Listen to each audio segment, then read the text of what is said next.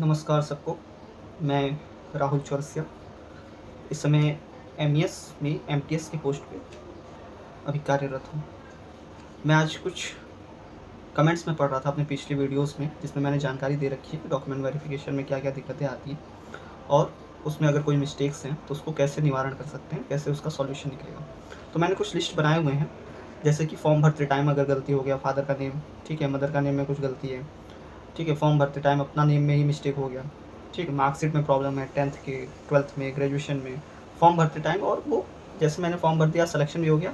और इस केस में अगर आपके ये मिस्टेक्स हैं तो उसका क्या सॉल्यूशन है। रोल नंबर मिस्टेक कर दिया फॉर्म भरते टाइम, ठीक है, मैरिड गलती से मैरिड भर दिया, नॉन मैरिड अगर है तो, या उल्टा भी भर सकते हैं, मैरिड का नॉन मैरिड भर दिया।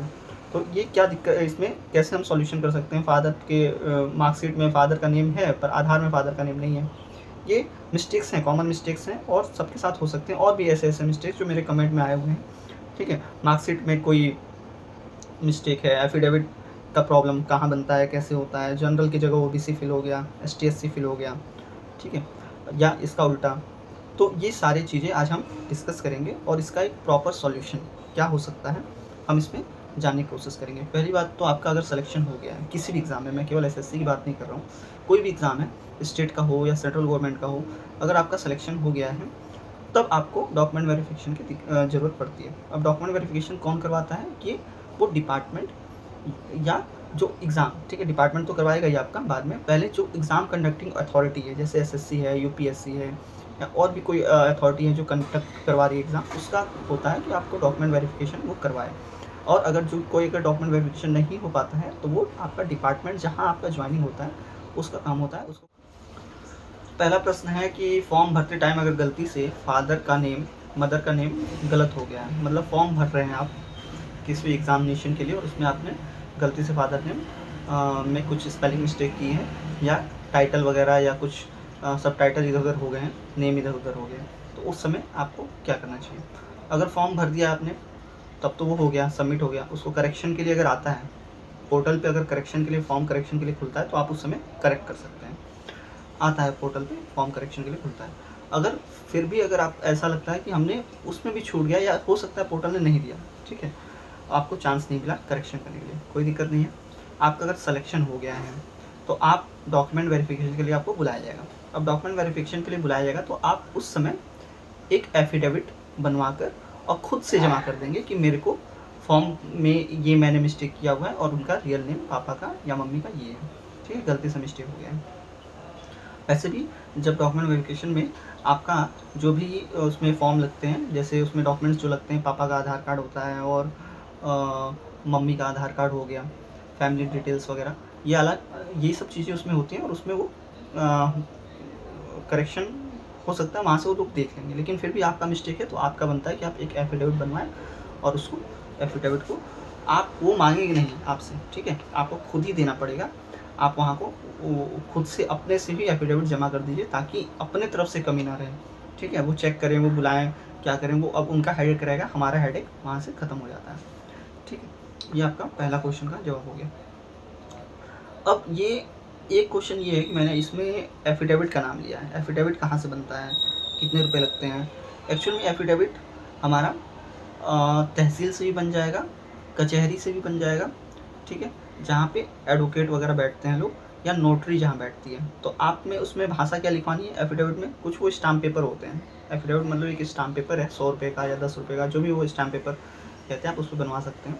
और उसमें आपको लिखवाना है कि मेरे को फॉर्म भरते समय जो भी मिस्टेक हुआ वो, ठीक है, उनका नाम ये था, फॉर्म भरते टाइम मैंने गलती से ये मिस्टेक किया है, ये पापा का नाम मेरा ये है और उनके आधार कार्ड में ये है, वगैरह वगैरह।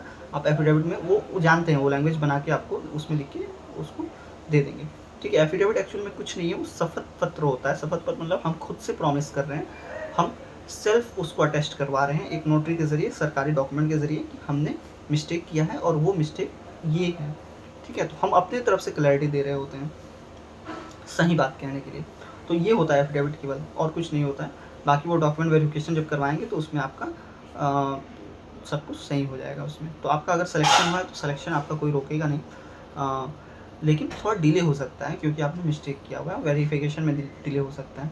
तो एफिडेविट का कितना खर्च आता है, जो आपका स्टैम्प पेपर होगा वो 100 रुपये 10 रुपये उसका जो सरकारी फ़ीस है वो तो कटेगा ही, उतना तो आपको देना ही है। बाकी वो अलग से चार्ज करते हैं 50 रुपये या 100 रुपये, हो सकता है 200 रुपये भी चार्ज करें, क्योंकि उसमें टाइपिंग होती है, वो टाइप करके लिखते हैं और उसको लाने ले जाने का खर्च, ठीक है, वो भी जो इंक्लूड करें। तो इतना आपका लगभग आप मान के चलिए कि 250 रुपये 200 रुपये के आसपास आपका काम हो जाता है, ठीक है। ये हो गया एफिडेविट की बात।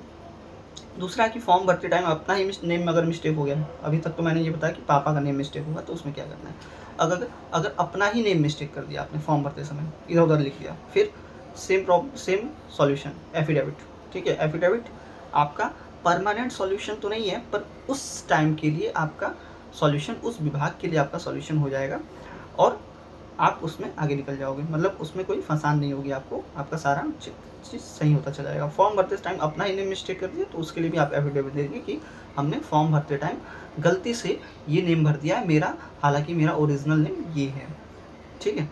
तो आपका वहाँ से करेक्शन हो जाएगा।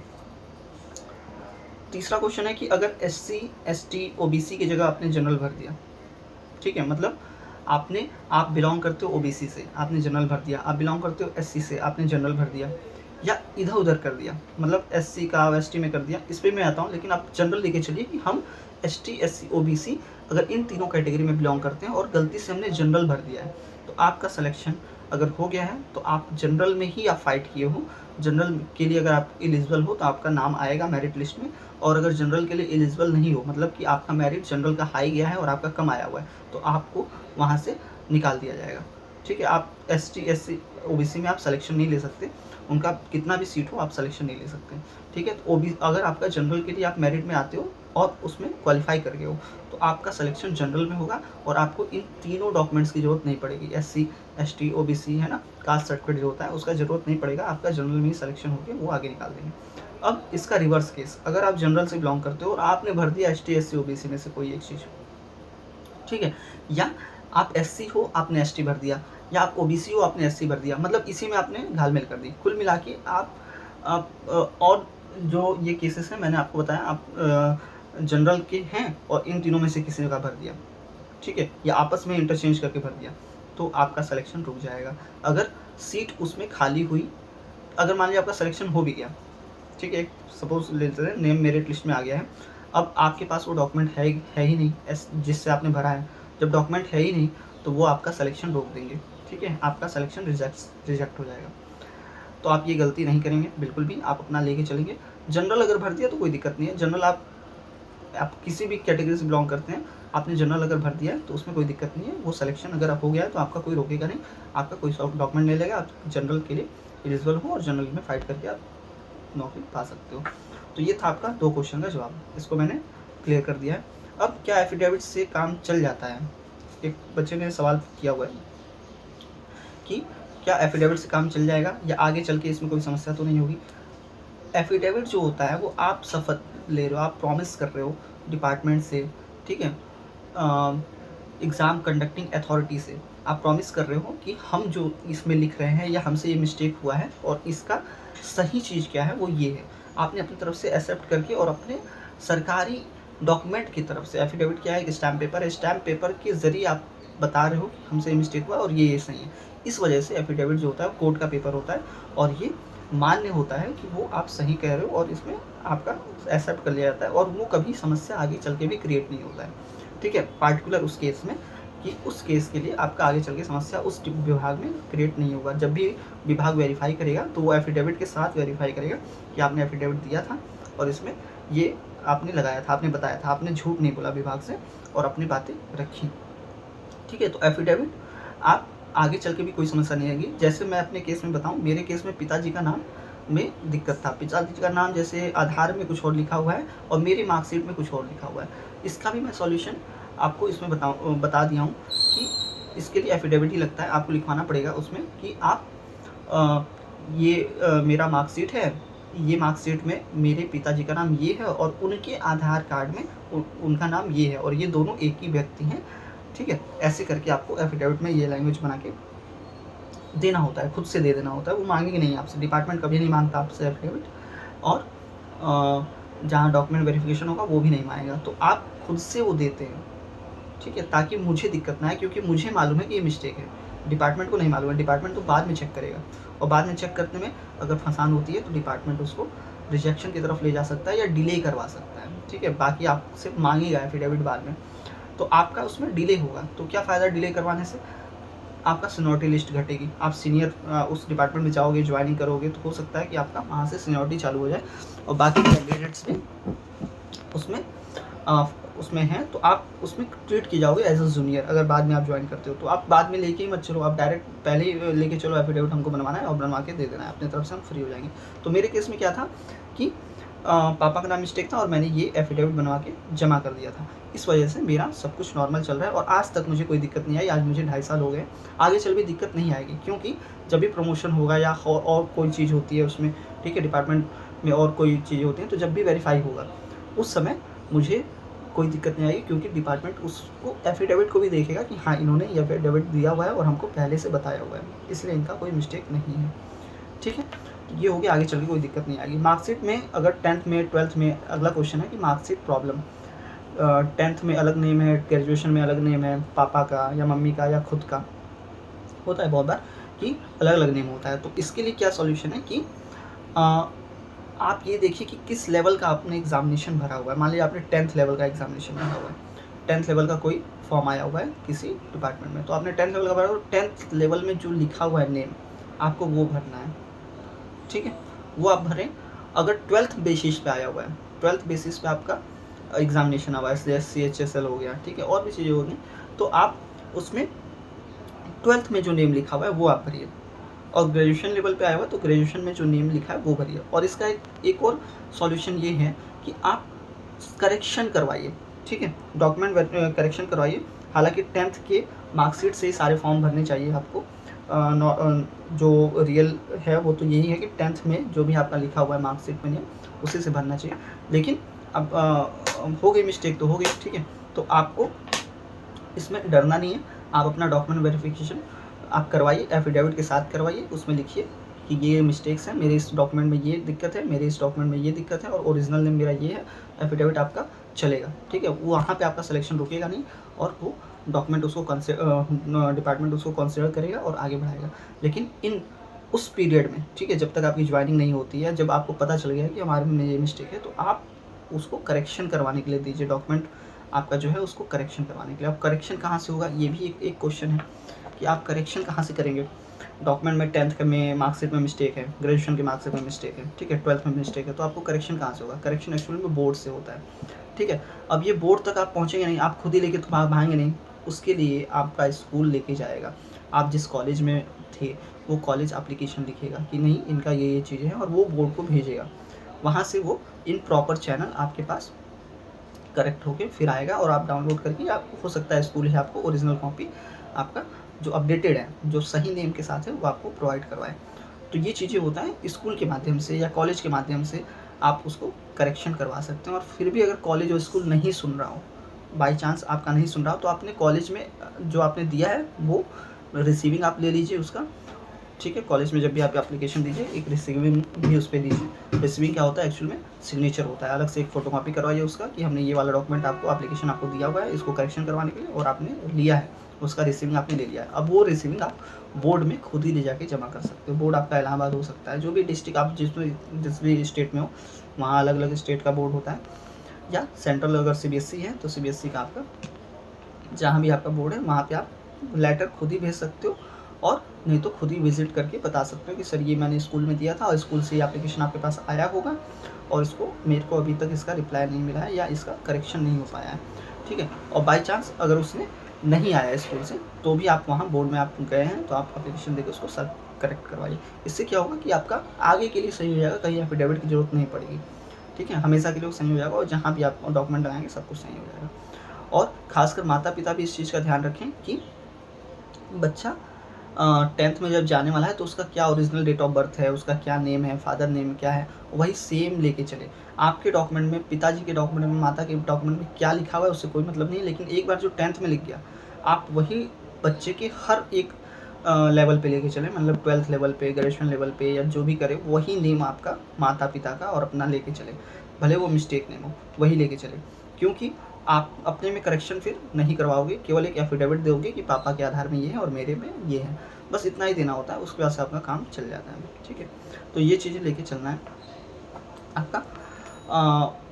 आपको मैंने क्वेश्चन के जवाब दे दिए, मार्कशीट और मेरे खुद के आधार में। अच्छा, मैंने मेरे मार्कशीट में कुछ और लिखा हुआ है नेम, और अपने खुद के आधार में पापा का नेम कुछ और लिखा हुआ है, ठीक है, या फिर थोड़ा बहुत स्पेलिंग मिस्टेक है, इधर उधर हो गया, तो इसको आप करेक्शन करवा सकते हैं। मार्कशीट्स करेक्शन करवाने से अच्छा है कि आपको आसान पड़ता है आधार करेक्शन करवाना। ठीक है, पापा का नाम एक्चुअली में एड्रेस में आता है वो, ठीक है, एड्रेस अपडेट में आता है। पिताजी का नाम जिसके भी आधार में है वो एक्चुअल में एड्रेस अपडेट करवाएंगे जब आप अपने आधार का, तो उसमें आपका करेक्ट हो जाएगा। कभी कभी क्या होता है कि आधार में पापा का नाम ही नहीं होता है, इस केस में पापा का नाम जुड़वाने के लिए भी आप एड्रेस अपडेट करवाएंगे। उसमें पिताजी का नाम का कॉलम कुछ नहीं होता है, एड्रेस में आपको लिखना होता है कि सन ऑफ, डॉटर ऑफ, ठीक है, या केयर ऑफ पापा का नाम और प्लस एड्रेस रहता है। तो आप अगर एड्रेस अपडेट करवाते हैं तो आप उसमें पापा का नाम करेक्ट करवा पाएंगे और लिखवा पाएंगे। तो इसमें आसान ये होता है कि आधार आप करेक्शन करवा लीजिए, मार्कशीट के चक्कर में नहीं पड़िए। ठीक है, अपने खुद के आधार में मैं बता रहा हूँ, अगर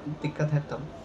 ठीक है, अब आधार एड्रेस कैसे अपडेट होता है? आप नज़दीकी पोस्ट ऑफिस में जा सकते हैं, बैंक में जा सकते हैं जहाँ आधार का काम चल रहा होता है। ठीक है, वो आपका एड्रेस अपडेट कर देंगे। और एड्रेस में अगर दिक्कत करते हैं, जैसे कहते हैं पापा का नाम लेके आओ, पापा का कोई डॉक्यूमेंट लेके आओ, अब पापा का डॉक्यूमेंट तो वही नाम लिखा है जो आपके आधार में लिखा है, वो मिस्टेक है, तो ऐसे केस में आप क्या करेंगे कि एक एमएलए का फॉर्म आता है जिसमें आप एमएलए के सिग्नेचर होता है या ग्राम प्रधान साइन करके देता है, उसका फॉर्म मैं यहाँ लगा दूंगा आधार करेक्शन के लिए, उससे काम हो जाता है। उसमें मुहर लगती है, जो भी अथॉरिटी है उसमें 7 अथॉरिटियाँ दी होंगी, 7 या 8 अथॉरिटी है, उनका मुहर प्लस साइन लगता है, आपका फोटो लगता है, और एक डॉक्यूमेंट होता है उसमें खुद के हाथ से लिखा जाता है।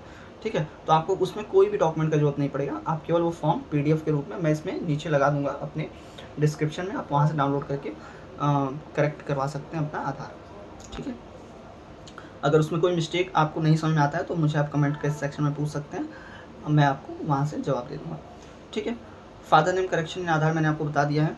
ठीक है, मार्कशीट करेक्शन भी आपको बता दिया है। मार्कशीट करेक्शन के बच्चों के काफ़ी क्वेश्चन आए हुए हैं। मार्कशीट करेक्शन के लिए मैंने आपको बताया स्कूल के थ्रू या कॉलेज के थ्रू या फिर बोर्ड के थ्रू आप करवा सकते हैं। ठीक है, नो नेम इन आधार, पापा का नाम ही नहीं है, नो फादर नेम इन आधार, इस वाले केस में मैंने आपको बताया एड्रेस अपडेट करवाइए, उसमें पापा का नाम जुड़वा दीजिए, एड्रेस अपडेट से वो जुड़ जाएगा। ठीक है, ये भी आपका जवाब दे दिया गया। हाँ, एक मुस्लिम कैंडिडेट का क्वेश्चन आ रहे थे मेरे पास कि अगर मोहम्मद और मोहम्मद, इसमें एमडी कुछ लोग लिखते हैं, मोहम्मद के लिए एमडी करके डॉट लगा देते हैं, वो भी होता है मोहम्मद, और किसी किसी डॉक्यूमेंट में उनका खुद के डॉक्यूमेंट में मोहम्मद पूरा लिखा हुआ है, MOHAMMAD। अब ये भी स्पेलिंग मिस्टेक में आता है। ठीक है, एमडी लिख के आपने डॉट लगा हुआ है, मोहम्मद वो भी है, और मोहम्मद पूरा भी लिख दिया आपने, वो भी मोहम्मद है, लेकिन स्पेलिंग में मिस्टेक हो गई। ठीक है, मान लीजिए 10th में ये था, 12th में ये था, ग्रेजुएशन में ये था, अलग अलग हो गया सारा।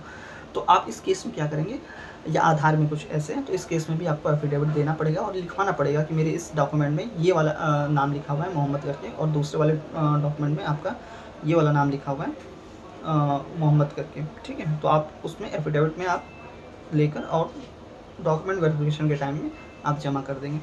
ठीक है, तो ये स्पेलिंग, मान लीजिए आपने रोल नंबर ही मिस्टेक कर दिया, रोल नंबर मिस्टेक किया तो भी एक बहुत बड़ी प्रॉब्लम नहीं है, आप इसमें घबराइए नहीं बिल्कुल भी, क्योंकि आप डॉक्यूमेंट वेरिफिकेशन के टाइम में क्या करते हैं कि अपना रियल मार्कशीट का फ़ोटोकॉपी जमा करते हैं।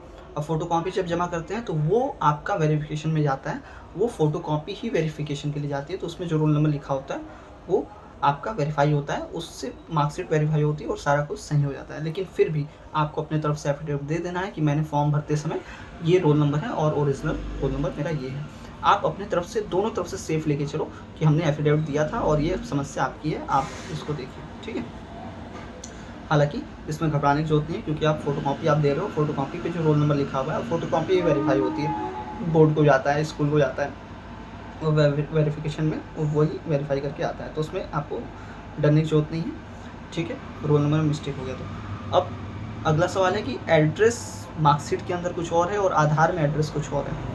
कॉमन क्वेश्चन है, एड्रेस हमने अपडेट करवा लिया, मान लीजिए हम मार्कशीट में एड्रेस है कि हम यहाँ के हैं और आधार में हमने एड्रेस मुंबई का डलवा रखा है, ठीक है, गुजरात का डलवा रखा है, एड्रेस मिसमैच होता है बहुत बार। एक्चुअली क्या होता है कि इंडिया में आप एक जगह डोमिसाइल सर्टिफिकेट आपका बनता है। ठीक है, डोमिसाइल आपका वो है जो परमानेंट एड्रेस है। परमानेंट एड्रेस क्या होता है कि जहाँ आप मूल निवासी हो, आप जहाँ के हो। ठीक है, तो डोमिसाइल सर्टिफिकेट वहाँ का आपको देना पड़ता है, वो तो आपका तहसील से बनता है। लेकिन आधार में अगर एड्रेस दूसरा है तो कोई दिक्कत की बात नहीं है, क्योंकि आप जहाँ भी रहते हो, जहाँ जाते हो, वहाँ पे आप एड्रेस अपडेट करवा सकते हो, वहाँ के हिसाब से एड्रेस अपडेट करवा सकते हो। तो ये कोई मिस्टेक नहीं हुआ, आप कहीं से भी पूरे भारत में ग्रेजुएशन कर सकते हो, 10th क्लास पढ़ सकते हो। ठीक है, तो हो सकता है वहाँ का एड्रेस कुछ और लिखा हो उसमें, तो इसमें कोई प्रॉब्लम नहीं है कि आपका एड्रेस मिसमैच हुआ है, इससे डरने की जरूरत नहीं है। ठीक है, लेकिन फिर भी आप कोशिश करिए कि सेम एड्रेस लेके चलिए। आपका जो एड्रेस सही है उसको बार बार चेंज नहीं करवाइए, जो एड्रेस है वही रहने दीजिए। ठीक है, सही तो ये होता है, लेकिन फिर भी अगर हो गया है मिस्टेक कि अलग अलग मिसमैच हो रहा है, तो भी घबराने जो होती है, डिपार्टमेंट उसको कंसिडर करता है और उसमें कोई दिक्कत की बात नहीं है, आपका सिलेक्शन कोई रोकेगा नहीं। ठीक है, चौथा मैरिड। अच्छा, इसमें अगला सवाल जो आया है मेरे पास कि मैरिड और नॉन मैरिड। जैसे फॉर्म भरते टाइम मेरी शादी नहीं हुई थी, मैंने नॉन मैरिड भरा था। अब जब सिलेक्शन हो गया है मेरा, जब तक ज्वाइनिंग आई तब तक मैं मैरिड हो गया, शादी हो गई। इस केस में क्या करूँगा मैं? नॉर्मल सी बात है, आजकल फॉर्म कभी और भरे जा रहे हैं, ज्वाइनिंग जाके 5 साल बाद हो रही है, 6 साल बाद हो रही है। तो इस दौरान में अगर शादी हो गई या बहुत से चेंजेस होते हैं लाइफ में, तो क्या डिपार्टमेंट इसको रिजेक्शन की तरफ ले जाएगा? बिल्कुल नहीं ले जाएगा। उस डिपार्टमेंट को भी मालूम है कि हमने इतना टाइम लगाया है, कुछ भी हो सकता है। तो आपका जब फैमिली डॉक्यूमेंट बनता है, जब आप ज्वाइनिंग ले लेते हो, तो उसमें फैमिली सर्टिफिकेट होता है जिसमें आप सबके नाम जुड़वाते हो। तो उस समय आप बताएंगे कि हाँ, ये मेरा स्पाउस है या वाइफ है, हस्बैंड है, ठीक है, ये मेरे बच्चे हैं, जो भी आप उसमें लिखवाएंगे फैमिली डिटेल्स में, तो उसमें आपका लिख के आएगा। उसमें कोई इशू नहीं है कि आपने नॉन मैरिड भर दिया या मैरिड भर दिया। अब उल्टा केस होता है कि मेरी अगर शादी ही नहीं हुई है, जिस समय मैं फॉर्म भर रहा हूँ शादी नहीं हुई है, और मैंने मैरिड भर दिया है अपने आप को। अब ये मिस्टेक जो होता है, गलती से भरा गया था मैरिड, हालांकि मेरी शादी नहीं हुई है, तो इस केस में आप फिर एफिडेविट देंगे। ठीक है, एफिडेविट में लिखवाएंगे कि गलती से मैंने मैरिड डाल दिया है, हालांकि मेरी अभी शादी नहीं हुई है। इसका एफिडेविट आप जमा करेंगे। अब ये सारे क्वेश्चंस मुझे लगता है कि मैंने कवर कर दिए हैं। आपका जो भी डाउट्स था, इसमें मैक्सिमम डाउट्स मैंने कवर करने की कोशिश किया। फिर भी अगर कोई डाउट अगर रह जाता है, इस वीडियो में नहीं बता पाया हूँ मैं, तो आप मुझे कमेंट सेक्शन में कमेंट कर सकते हैं। और अगर मेरी वीडियो हेल्पफुल लगी हो आपको, या आपका जो भी मिस्टेक रहा हो वो आपको सॉल्यूशन मिल गया है, तो आप कमेंट में लिखिए कि मेरा सॉल्यूशन मिल गया है, और मुझे अच्छा लगेगा ये जान के। और अगर मैंने बताया कि अगर मैं जवाब नहीं दे पाया उस चीज़ का, कोई आपका सवाल है, तो उसका मैं कोशिश करूँगा कमेंट में जवाब दूँ। और अगर नहीं हो पाता है तो मुझसे एक प्रॉपर एक वीडियो बना के लोड कर दूँगा। और आपके दिमाग में ये रखना है कि अगर आपका सिलेक्शन हो गया है तो आपको ज्वाइनिंग से कोई नहीं रोक सकता है, भले डिले हो सकता है। ठीक है, किसी भी कारण से डिले हो सकता है, क्योंकि आपको करेक्ट करवाना पड़ता है उस चीज़ों को किसी न किसी माध्यम से, एफिडेविट के माध्यम से, या डॉक्यूमेंट करेक्शन क्यों ना करवाना पड़े, तो आपका ज्वाइनिंग रुकेगा नहीं, डिले हो सकता है। ठीक है, डिले होगा तो नुकसान तो आपका है ही, पर आपको कोई निकालेगा नहीं, कुछ अगर मेजर मिस्टेक नहीं है तब। ठीक है, बाकी एफिडेविट खुद से जमा करना होता है, ये मत सोचिएगा कोई आपसे मांगेगा। एफिडेविट कोई मांगेगा नहीं, क्योंकि वो आपकी गलती है, आपको बताना है कि मेरी ये गलती है और ये गलती है। ठीक है, तो ये आपको देना होता है, आपको ही देना पड़ेगा। ठीक है, तब तक के लिए बाय बाय।